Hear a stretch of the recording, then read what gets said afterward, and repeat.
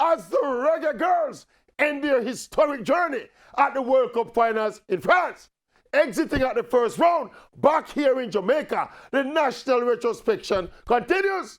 And first of all, we suspect a lot of Jamaicans got caught up in the euphoria and the hype of the qualification itself and started to think that the Reggae Girls would go on to win the World Cup, conveniently ignoring the fact that at 53, Jamaica is the lowest ranked team at the tournament, as well as the youngest and most inexperienced team on show.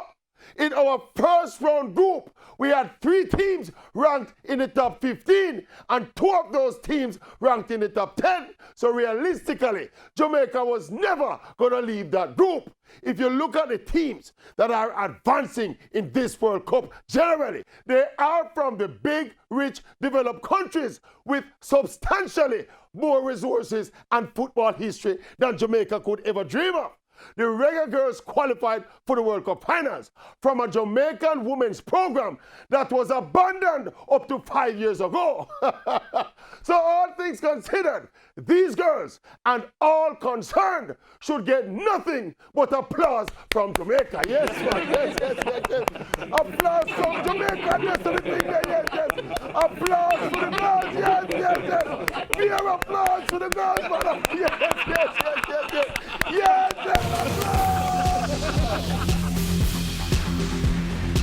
Sports commentary.